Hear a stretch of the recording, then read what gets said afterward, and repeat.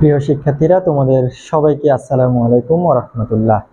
আজকে আমি তোমাদের একাডেমিক ইংলিশের ইংরেজি দ্বিতীয় পত্রের অনেক কঠিন একটা টপিক, যেটা তোমাদের কাছে অনেক বেশি কঠিন মনে হয়, সেটা নিয়ে আজকে আমরা আলোচনা করব। সেটার বেসিকটা আজকে আমি তোমাদেরকে ধরানোর চেষ্টা করব। সেটা হচ্ছে, এবং এই টপিকটা তুমি ক্লাস 6-এ পাবা, 7-এ পাবা, 8-এ পাবা, ইভেন 9-10-এও ছিল একটা সময়। দেখো, সেটা হচ্ছে ন্যারেশনকে চাইলে আমরা আরো অনেকভাবে ডিফাইন করতে পারি।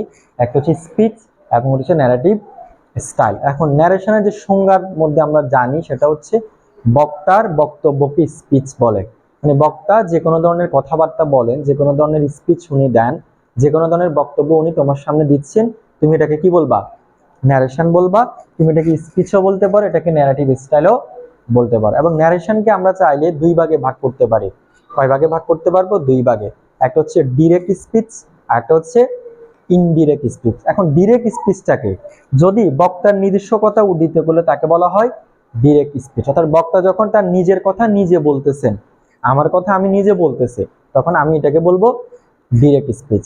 আর বক্তার বক্তব্যকে হুবহু প্রকাশ না করে কিছুটা পরিবর্তিত করে বলাকে ইনডিরেক্ট স্পিচ বলে। অর্থাৎ আমার কথাটা তুমি তুমি বলতেছো, কিছুটা পরিবর্তন করে বলতেছো, তখন এটাকে তুমি বলবা হচ্ছে ইনডিরেক্ট স্পিচ। তাহলে ডিরেক্ট স্পিচটা হচ্ছে যখন বক্তা নিজের কথা নিজে বলে, নিজের কথা নিজে উদ্ধৃত করে, সেটা হচ্ছে ডিরেক্ট। আর বক্তার কথাগুলো যখন অন্য কেউ বলে, তোমার সামনে অন্য কেউ স্পিচটা দেয় বক্তার হয়ে, তখন তুমি সেটাকে বলবা ইনডিরেক্ট স্পিচ। আসো, আমরা দুইটা উদাহরণ নিয়েছি। রিসালা সেড আই অ্যাম ইল। আচ্ছা, এখানে তোমাদেরকে আমি আরেকটা জিনিস বলি, সেটা হচ্ছে তুমি যখন ন্যারেশন করবা, সেক্ষেত্রে দুইটা অংশ পাবা। এই যে দেখো, রিসালা সেড, রিসালা বলল, আই অ্যাম ইল, আমি অসুস্থ। তাহলে এখানে এই যে এটা হচ্ছে ইনভার্টেড কমা। আমি জানি যে তোমরা সবাই এটা জানো, এটা হচ্ছে ইনভার্টেড কমা। এখন ইনভার্টেড কমার মধ্যে যেটা থাকবে সেটাকে তুমি বলবা রিপোর্টেড স্পিচ।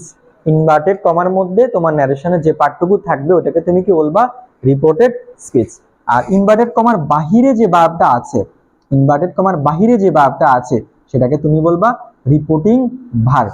তাহলে ন্যারেশনের বেসিক জানার ক্ষেত্রে, বেসিক করার ক্ষেত্রে রিপোর্টিং ভার্ব এবং রিপোর্টেড স্পিচ চেনাটা কিন্তু অনেক বেশি গুরুত্বপূর্ণ। এবং শুধুমাত্র এটা তোমার এখানে কাজে দিবে যে তা না, তুমি যখন পাংচুয়েশন করবা, পাংচুয়েশন সেখানেও এই রিপোর্টিং ভার্ব এবং রিপোর্টেড স্পিচ চেনাটা অনেক বেশি গুরুত্বপূর্ণ। তাহলে রিপোর্টেড স্পিচ কোনটা?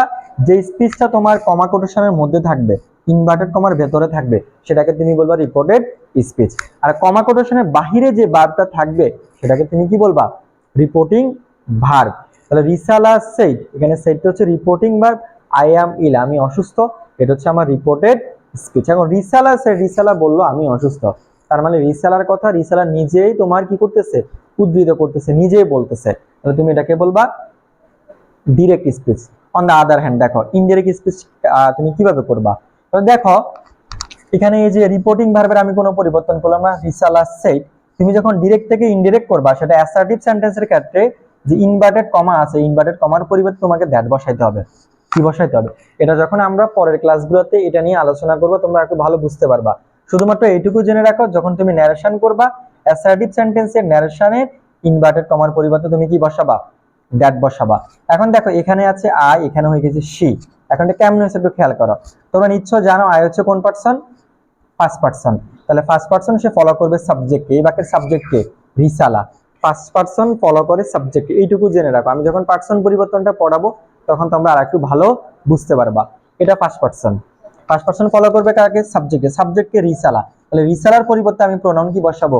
শি বসাবো। রিসালার পরিবর্তে প্রোনাউনটা, যেহেতু সে মেয়ে, আমি শি বসালাম। এরপর দেখো আই অ্যাম মিল, এটা আছে সিম্পল প্রেজেন্টে। ডিরেক্ট স্পিচ যখন সিম্পল প্রেজেন্টে থাকে, ইনডিরেক্ট করার সময় এটাকে তোমার নিয়ে যেতে হবে সিম্পল পাস্টে, মানে বিপরীতে তোমাকে করতে হবে।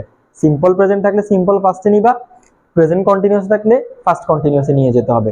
এগুলো যখন আমি টেন্সের আলোচনা করব, মানে টেন্সের ন্যারেশনগুলো তুমি কিভাবে সাজাবা, কিভাবে পরিবর্তন করবা, তখন তোমরা একটু ভালো বুঝতে পারবা। তাহলে দেখো, এটা সিম্পল প্রেজেন্টে আছে, এটাকে আমি সিম্পল পাস্টে নিতে হবে। তাহলে আমি লিখবো শি ওয়াজ ইল। সো আজকের এই আলোচনায় আমি তোমাদেরকে ন্যারেশনের সংজ্ঞা, ন্যারেশনের দুইটা টাইপ এবং ন্যারেশনের যে দুইটা তোমার ইম্পর্টেন্ট টার্ম আছে, একটা হচ্ছে রিপোর্টিং ভার্ব এবং রিপোর্টেড স্পিচ, এটা সম্পর্কে আমি তোমাদেরকে ধারণা দেওয়ার চেষ্টা করেছি। তোমরা ভিডিওটা খুব ভালোভাবে দেখবা, কারণ ন্যারেশন আমাদের স্টুডেন্টদের জন্য অনেক বেশি আতঙ্কের নাম।